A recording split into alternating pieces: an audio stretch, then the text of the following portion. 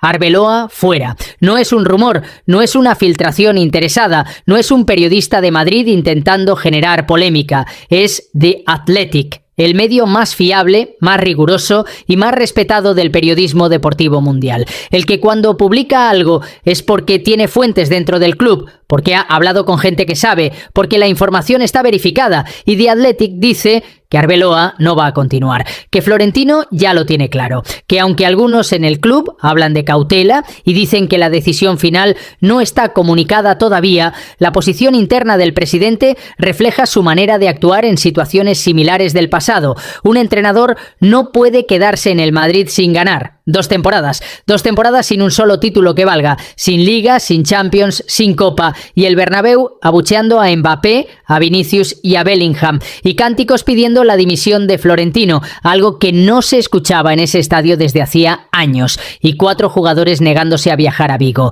y una reunión improvisada de Arbeloa en Valdebebas pidiendo unidad a su vestuario 2 semanas antes del final de temporada. Ese es el estado del Real Madrid en este momento, y Florentino ya tiene 3 nombres sobre la mesa para el año que viene, 3 candidatos, 3 historias completamente distintas, y una de ellas, la tercera, esconde una bomba que va a revolucionar el vestuario del Madrid antes incluso de que llegue el nuevo entrenador, que cuando la escuches te va a dejar pensando durante días sobre quién manda realmente en el club más caro del mundo. Quédate hasta el final. Vamos, para entender por qué Arbeloa no puede seguir hay que entender exactamente en qué situación ha dejado al club esta temporada, porque los números son demoledores y no hay manera de maquillarlos por más que los medios de Madrid lo intenten. 2 temporadas sin títulos. El Madrid no ha ganado nada que valga en 2 años. Sin Liga, la tiene el Barça con comodidad. Sin Champions, eliminados por el Bayern en cuartos de final con la expulsión más idiota de la historia de la competición.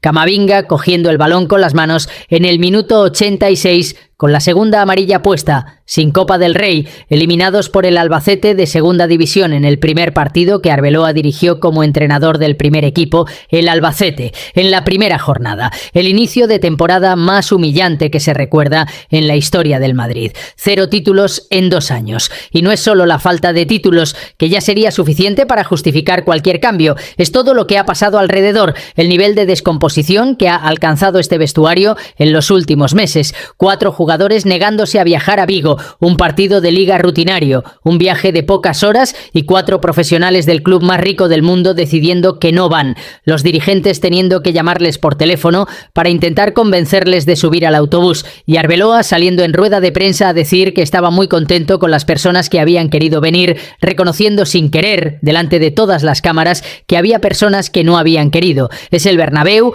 abucheando a sus propias estrellas, a Mbappé, que cobra 50 millones al año y al que trajeron con el bombo y platillo más grande de la historia del club. A Vinicius, el candidato eterno al Balón de Oro, que esta temporada ha bajado de nivel de manera visible. A Bellingham, el mesías que llegó de Dortmund para salvarlo todo y que lleva meses siendo una sombra de lo que fue en su primera temporada. Abucheados por su propia afición en su propio estadio, el Bernabéu, el templo del madridismo, silbando a sus galácticos, y son los cánticos pidiendo la dimisión de Florentino, algo que no se escuchaba en ese estadio desde hacía muchos años, algo que en el mundo del madridismo es prácticamente impensable. La afición del Madrid, que durante décadas ha respaldado a Florentino pase lo que pase, pidiéndole que se vaya. Eso no es una protesta puntual, eso es una crisis de legitimidad. Arbeloa lo vio venir. Por eso convocó una reunión improvisada en Valdebebas a sus jugadores para pedir unidad, para intentar que el equipo terminara la temporada con un mínimo de dignidad,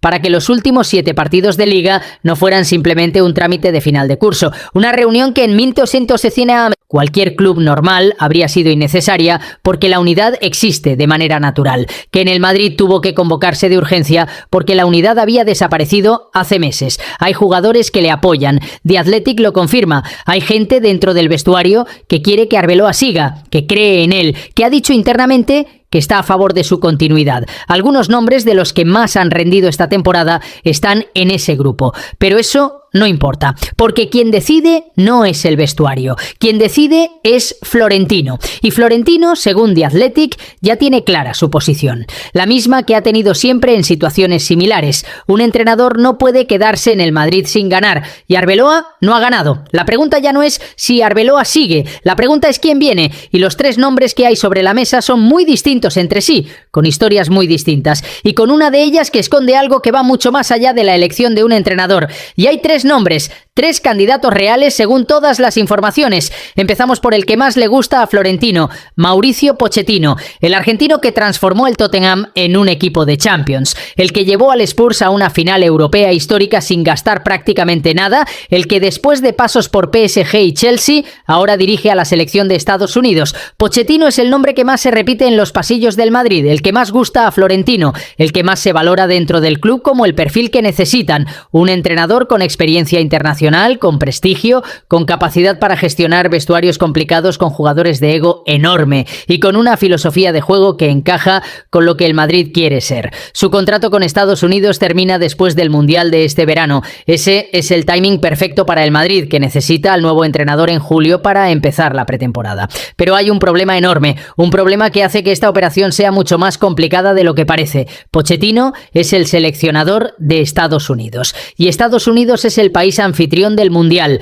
el torneo que empieza en junio y que termina en julio. El Mundial que Pochettino lleva 2 años preparando. El proyecto al que se comprometió y que todavía no ha terminado. ¿Se puede ir Pochettino al Madrid antes del Mundial, dejando a la selección de Estados Unidos sin entrenador con el torneo a punto de empezar? Técnicamente podría, legalmente podría, pero el daño reputacional sería enorme. Abandonar a un país que te ha dado confianza a 2 semanas de que empiece su propio Mundial. Eso es algo que muy pocos entrenadores harían. Y si espera al final del Mundial, entonces el Madrid tiene que esperar hasta julio, con la pretemporada encima, buscando entrenador con el mercado ya en marcha. No es imposible, pero complica todo. El dilema de Pochettino es el más incómodo de los 3 candidatos. Florentino tendrá que decidir si puede esperar hasta julio, si puede arrancar la pretemporada sin saber quién va a ser el entrenador, si puede entrar al mercado de fichajes, que empieza a moverse desde junio, sin tener claro el proyecto deportivo porque el técnico no está todavía. Y Pochettino tendrá que decidir si su reputación aguanta el peso de abandonar a Estados Unidos justo antes de que empiece su Mundial. Si los beneficios de llegar al Madrid en junio compensan el coste de marcharse de una selección que le ha dado todo, si hay precio suficiente para ese daño de imagen. No hay respuesta fácil para ninguna de las dos partes, y eso hace que Pochettino, siendo el favorito de Florentino, sea paradójicamente el más complicado de cerrar. Y antes de hablar de los candidatos, tío, hay que poner los números encima de la mesa, los datos que Florentino tiene delante cuando decide que Arbeloa no puede seguir. Porque en el Madrid las decisiones se toman con datos, y los datos de estas 2 temporadas son los más devastadores que se han visto en el club en décadas. Empecemos por lo económico. Desde la llegada de Hansi Flick al Barça, el Real Madrid ha gastado 220 millones de euros en fichajes. 220 millones. El Atlético ha gastado 157 millones. El Barça ha gastado 88 millones. ¿Y cuántos títulos ha ganado cada uno? Barça, 5 títulos con 88 millones.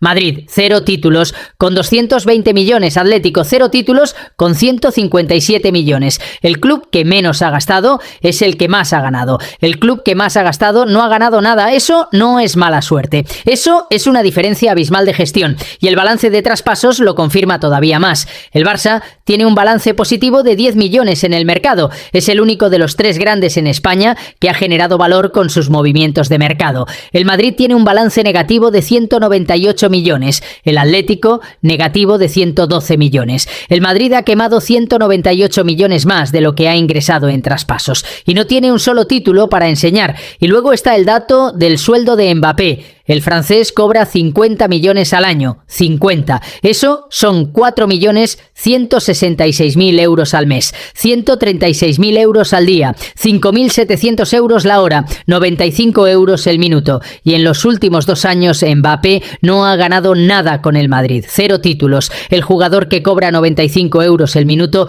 no ha ganado nada. Comparemos. El Barça ha ganado 5 títulos en los mismos 2 años, pagando a su mejor jugador, Lamine Yamal, con 18 años, una fracción de lo que cobra Mbappé. Lamine Yamal, que es el mejor jugador de Europa ahora mismo, que ganó la Eurocopa con España con 17 años, que ha sido decisivo en cada momento importante esta temporada, cobra mucho menos que Mbappé, y el Barça tiene 5 títulos. Y el dato del sueldo de Arbeloa para rematar, 13 millones al año. Según las últimas informaciones, el entrenador del Madrid cobra 13 millones al año. En 2 temporadas, esos son 26 millones pagados a un entrenador que no ha ganado absolutamente nada. 26 millones para 0 títulos.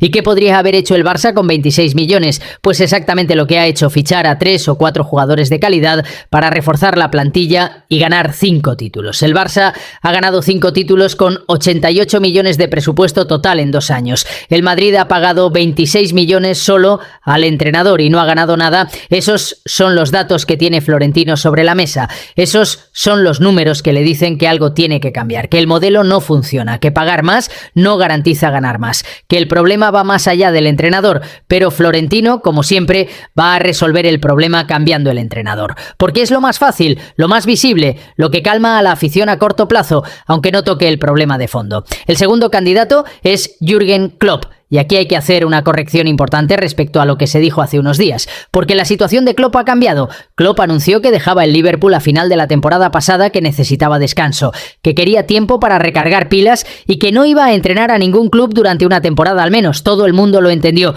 9 años en el Liverpool son agotadores. La presión, la intensidad, el nivel de exigencia constante. Klopp necesitaba parar y paró, pero no del todo, porque en ese tiempo anunció que se incorporaba a la estructura de Red Bull como director global de fútbol, un papel diferente al de entrenador, sin equipo, sin vestuario, sin presión de resultados semana a semana, un trabajo de gestión, de visión, de estrategia. Y durante ese tiempo, cuando surgía su nombre vinculado al Madrid, Klopp y su agente lo negaban, que estaba contento, que no tenía interés en el banquillo del Madrid, que su etapa como entrenador de club había terminado por el momento, pero ahora la situación es diferente porque Klopp ya no está en Red Bull, ya no tiene ese puesto que le servía de escudo para decir que no estaba disponible, ahora no tiene equipo, ahora está libre y eso cambia todo porque la excusa principal que usaba para no ir al Madrid ha desaparecido. The Athletic confirma que Klopp tiene admiradores dentro del club, que hay gente en el Madrid que le quiere, que su nombre está encima de la mesa de verdad y que aunque en el pasado ha negado el interés, ahora las circunstancias son distintas. ¿Quiere Klopp ir al Madrid? Esa es la pregunta del millón.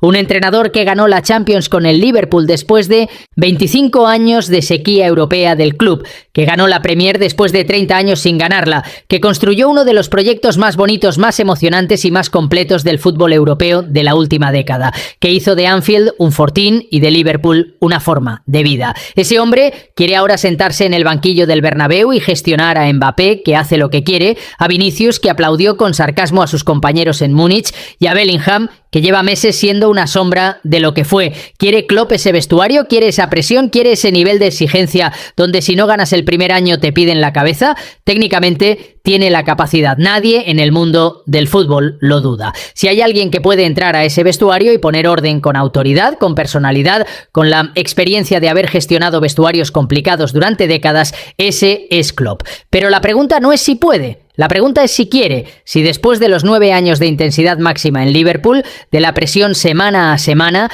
de vivir el fútbol con esa intensidad que le caracteriza, quiere meterse de nuevo en el circo más grande del mundo. Klopp es impredecible cuando se trata de decisiones personales, y eso hace que sea el candidato más interesante y más incierto de los tres. Puede que diga que sí mañana, puede que diga que no indefinidamente. Con Klopp nunca se sabe hasta que lo dice. Y el tercero, el tercero es donde está la bomba, la que ya adelantamos la semana pasada y que hoy podemos desarrollar con todo el detalle que merece, porque esta historia no es solo sobre un entrenador, es sobre quién manda de verdad en el Real Madrid. Didier Deschamps, el seleccionador de Francia, el hombre que lleva al frente de la selección francesa desde 2012, 14 años, una eternidad en el fútbol moderno, donde los ciclos duran 2 o 3 temporadas. Ha ganado el Mundial de 2018 en Rusia con un equipo que tenía calidad para ganar cualquier cosa, pero que también necesitaba una gestión de egos impecable para funcionar. Ha llegado a la final en 2022 en Qatar, perdiendo en la tanda de penaltis contra Argentina.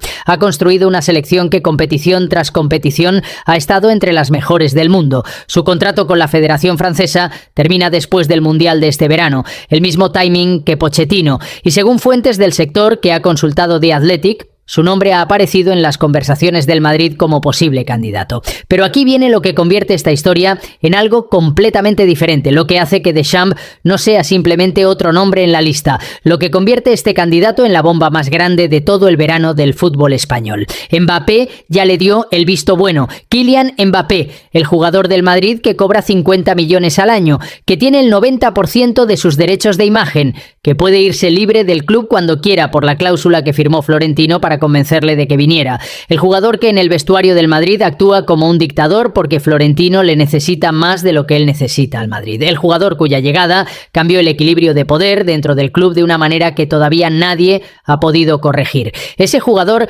ya sabe quién va a ser el próximo entrenador del Madrid y no solo lo sabe, ha dado su visto bueno. Públicamente ha apoyado la candidatura de Deschamps antes de que Florentino haya anunciado nada, antes de que el club haya comunicado oficialmente la salida de Arbeloa, antes de que se haya abierto formalmente el proceso de selección del nuevo entrenador. Mbappé ha elegido no a Klopp, no a Pochettino, a su seleccionador, al hombre que le conoce mejor que nadie en el fútbol, al que le ha dado confianza en los momentos complicados con Francia, al que tiene con él una relación construida durante años de mundiales y Eurocopas, al que sabe exactamente cómo gestionarle porque lleva años haciéndolo. Y eso, tío, plantea la pregunta más importante de todo este asunto, la que nadie en los medios de Madrid se atreve a formular con la claridad que merece porque la respuesta es demasiado incómoda. ¿Quién elige al entrenador del Real Madrid? ¿Florentino Pérez, el presidente que lleva 30 años al frente del club? ¿O Kylian Mbappé, el delantero que lleva 2 temporadas sin ganar nada y con la cláusula de rescisión en el bolsillo? Porque si Deschamps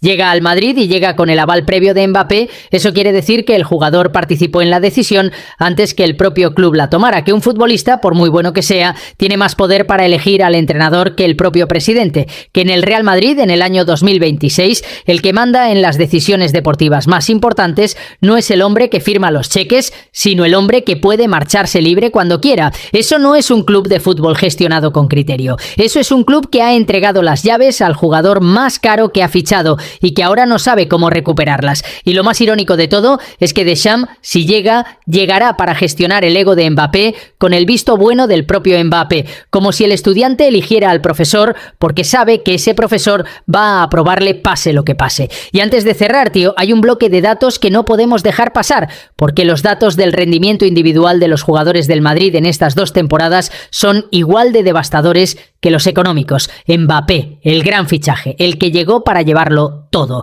Desde su debut en el Madrid no ha ganado un solo título importante. En Champions, el torneo que le trajo al club, lleva sin marcar en una semifinal o final desde el 9 de mayo de 2017, 9 años. Ha fallado 5 manos a mano claros esta temporada en partidos decisivos, 5 momentos donde él solo ante el portero mandó el balón fuera o al palo. Cada uno de esos fallos le costó al Madrid puntos, pases de ronda o títulos. Vinicius, candidato al Balón de Oro durante 2 temporadas, esta temporada su rendimiento ha bajado de manera visible y medible. El número de regates completados con éxito ha caído. Los goles en partidos grandes han desaparecido. Y cuando las cosas van mal en el equipo, su reacción es aplaudir con sarcasmo a sus propios compañeros o discutir con Bellingham en público. Bellingham llegó al Madrid por 100 millones, cobró el Balón de Oro joven, fue el mejor jugador de la Premier League en su última temporada en el Dortmund. En su primera temporada en el Madrid fue espectacular, marcando en el último minuto partidos tras partido. Segunda temporada, la diferencia es brutal,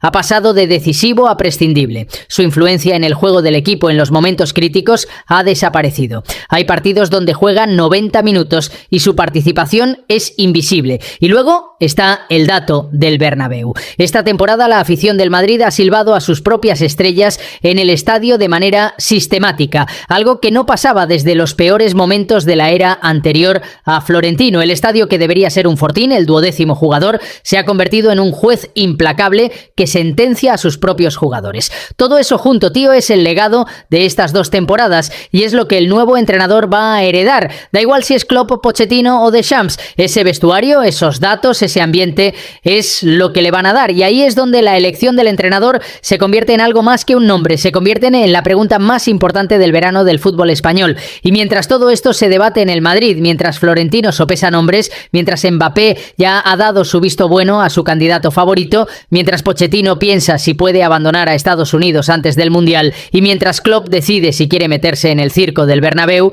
el Barça gana la Liga. Con Flick, con un entrenador que llegó en verano con un proyecto claro, que desde el primer día tuvo autoridad real sobre el vestuario, que tomó decisiones difíciles sin que ningún jugador le pusiera condiciones, sin que ningún jugador le dijera quién tenía que ser el próximo entrenador, sin que ningún jugador le exigiera el 90% de sus derechos de imagen para fichar. Con Lamine Yamal, que con 18 años ya es el mejor jugador de Europa y que cuando Flick le dice que tiene que volver a defender, vuelve. Que cuando Flick le pide que corra en el contraataque, corre. Que no exige elegir al entrenador ni veto a los fichajes. Con 18 años, más maduro y más profesional que la mitad del vestuario del Madrid. Con Cubarsí, que con 19 años tiene más de 100 titularidades, nunca ha dado un problema de disciplina y que ha sido el ejemplo de vestuario que el Madrid necesitaría y no tiene. Con Pedri, con Gavi, con Rafinha, con jugadores que se dejan la piel porque el proyecto les importa más que el ego. Y aquí hay que recordar algo que se dice poco porque duele reconocerlo. El Madrid echó a Xabi Alonso, el mejor entrenador joven de Europa, el que había ganado la Bundesliga con el Leverkusen de manera invicta, sin perder ni un solo partido de liga en toda la temporada. El que conocía el club desde dentro, la institución, la cultura, lo que significa el Bernabéu, el que llegaba con todo para triunfar y con el respaldo de toda la afición. Le echaron. Y ahora están eligiendo entre un argentino que dirige a Estados Unidos y que puede no poder venir hasta julio, un alemán sin equipo que durante años dijo que no quería ir al Madrid cuando estaba en Liverpool, y un francés de 57 años que lleva 14 con la selección de Francia y al que el jugador estrella del club ya ha elegido antes que el propio presidente. Eso es lo que produce la mala gestión sostenida durante años. Eso es lo que pasa cuando dejas que los jugadores manden más que los entrenadores, que los egos crezcan sin control, que el dinero sustituya a la cultura, que un jugador pueda elegir al entrenador de su club antes de que lo haga el presidente. Y hay una pregunta que lo resume todo, una pregunta simple que tiene una respuesta muy incómoda. ¿Cambia algo en el Madrid con un entrenador nuevo si el vestuario sigue siendo el mismo? ¿Si Mbappé sigue teniendo la cláusula? ¿Si Vinicius sigue siendo intocable? ¿Si Bellingham sigue cobrando 20 millones sin rendir al nivel que se le exige? ¿Si el problema estructural que ha generado todo esto no se toca? Klopp, Pochettino o Deschamps. Da igual quién llegue, si el vestuario sigue siendo el que es, si la cultura del club no cambia, si el entrenador no tiene autoridad real desde el primer día, el año que viene el Madrid volverá a estar en la misma situación, buscando el tercer entrenador en 3 temporadas, preguntándose por qué con los jugadores más caros del mundo no se gana nada. El Madrid busca entrenador, el Barça gana la Liga con Flick. Y los culés veteranos estamos aquí, en el bar, viendo cómo el club que durante décadas ganaba todo sin que nadie les cuestionara nada, ahora no sabe ni quién elige al entrenador. ¿Florentino o Mbappé? Esa es la pregunta. Y la respuesta, tío, es la que más miedo da de toda esta historia. Déjame en los comentarios qué entrenador crees que es la mejor opción para el Madrid. Si crees que Deschamps llega con el aval de Mbappé, si crees que Klopp se anima ahora, y si crees, como yo, que el problema del Madrid no es el entrenador, sino todo lo que hay debajo del entrenador. Y si eres nuevo por aquí, ya sabes lo que toca. Suscríbete. Aquí se cuenta todo sin filtros, con rabia culé de verdad, como en el bar después del partido. Y ahí arriba tienes otro vídeo que te va a gustar. Dale al play y nos vemos dentro. Visca el Barça. Sempre.